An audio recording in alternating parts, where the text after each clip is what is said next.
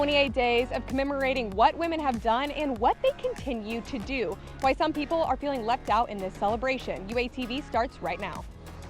I'm currently standing in the parking lot of what used to be the Powerhouse seafood restaurant that closed down about a year ago. And because the restaurant's closed, the parking lot is now up for grabs and open to the public. Behind me is the construction site of where the Dixon Street Hotel will be located on the corner of West and Dixon Street. And right across the street is one local restaurant that may feel the impact of this project.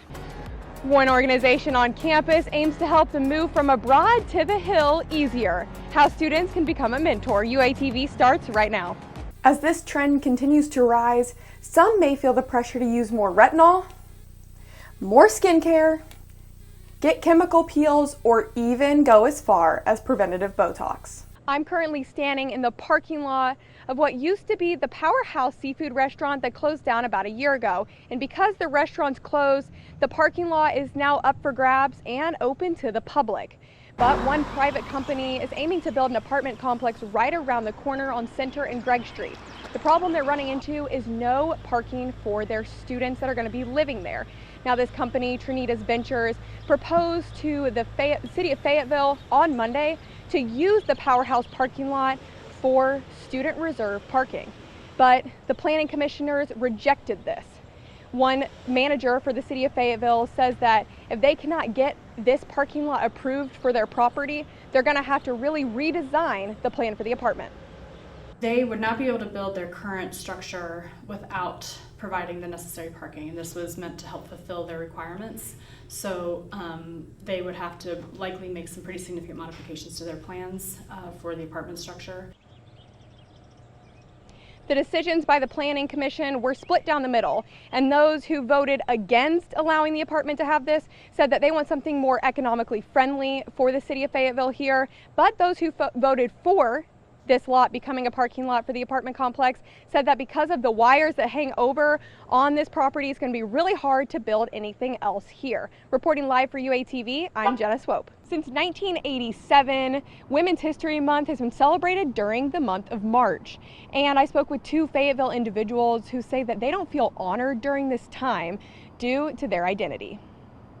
It's really about being a woman, and that's something that all trans women are. June Simmons is a 17-year-old girl who began her transition socially 2 years ago. She has been taking hormone blockers for the last 9 months. Simmons is a woman and looks like a woman, but during this month she might not have been honored as much as other girls. She says people should honor everyone who considers themselves a woman because everyone gets to determine who they really are. The most important things is just recognizing that trans women are women, respecting their pronouns, respecting their identities, how they want to appear. The UCLA Law School reports there are over 500,000 transgender women in the United States. And as Women's History Month comes to a close, the Trevor Project shares that transgender women are repeatedly left out through the celebration. One member of the Northwest Arkansas Transgender Support Group says trans women are not acknowledged enough during this month because people lack respect. Society in general doesn't recognize trans women as real women. Burks is non-binary and says they are trans feminine. Burks has worked in her professional life for the rights of those in the transgender community. Burks says Women's History Month is a time to honor all women in all walks of life regardless of their beginning.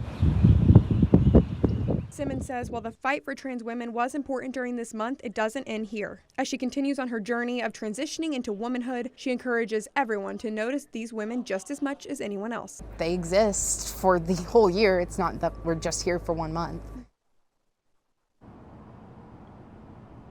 Both Burks and Simmons encourage people in the local Northwest Arkansas community and from everywhere to learn more about the transgender community where they're from. Reporting live for UATV, I'm Jenna Swope. Today, I spoke with some people who casted their ballot at the election site behind me, and they said that the energy of the people and the environment made the voting process better.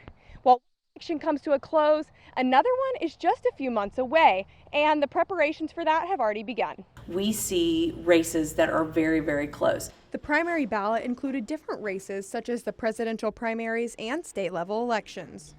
The Washington County Election Commissioner says voter turnout is important. Sometimes those races are won by 5 votes, 13 votes, 31 votes. Price works to make the election happen.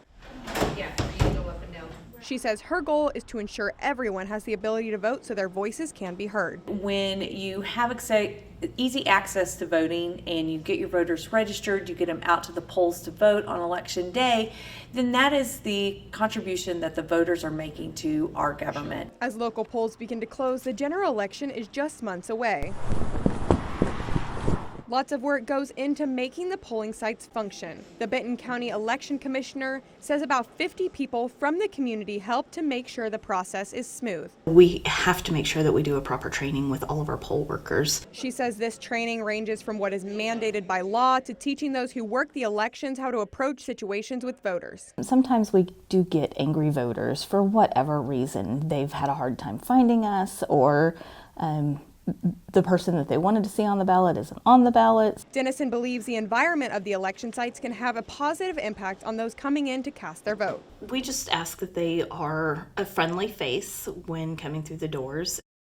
For those who are currently not registered to vote and look to be by the next election, you can contact your local county clerk's office to get a voter registration application. Reporting live for UATV, I'm Jenna Swope. If you take a look behind me, you can see all of these tulips that are growing at the only nonprofit tulip farm located in Northwest Arkansas. And I spoke with some individuals who work here every day, and they say they love every aspect of it. It's beautiful and it's great. Jordan Satterfield is a neurodiverse individual who works for the True Colors farm along with his mom, Corliss. Both have participated on the farm since it started 4 years ago. Jordan says it is special to be a part of this with his mom. See my help? Corliss says the farm began from a group of women scraping up money to buy tulips. She says the women that started it all embody what it means to be a parent of a child with autism. To me, that's an example of a person that is a parent of a neurodiverse child, because you have to be very resourceful. You have to be, kind of unconventional. Not only does Jordan find joy in the tulips, so do other neurodiverse employees at the farm. I'll be working here forever. I love this perspective so much because it's about helping people, adults, not only adults, but helping kids with special needs. The True Color Tulip Farm plants around 100,000 tulips every year. For every tulip picked and dollars spent, money goes towards helping the neurodiverse community of Northwest Arkansas.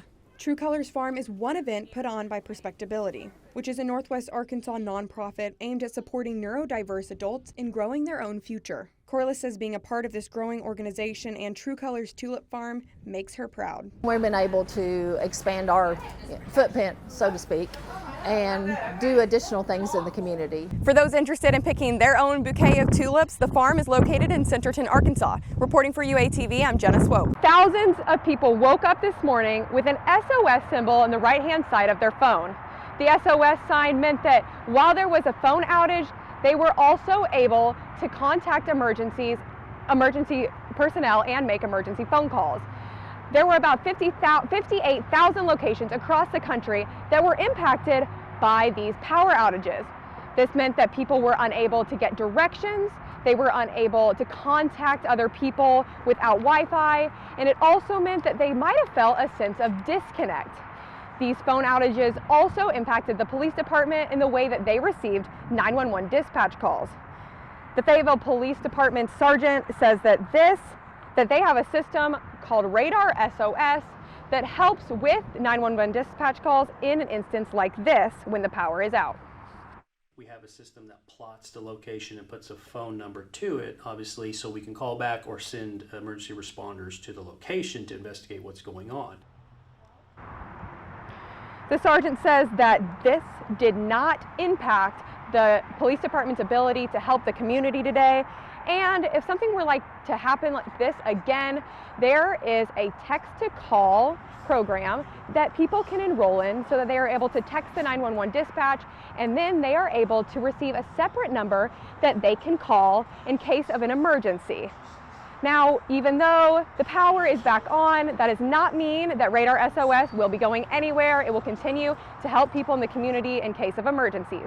Reporting live for UATV, I'm Jenna Swope.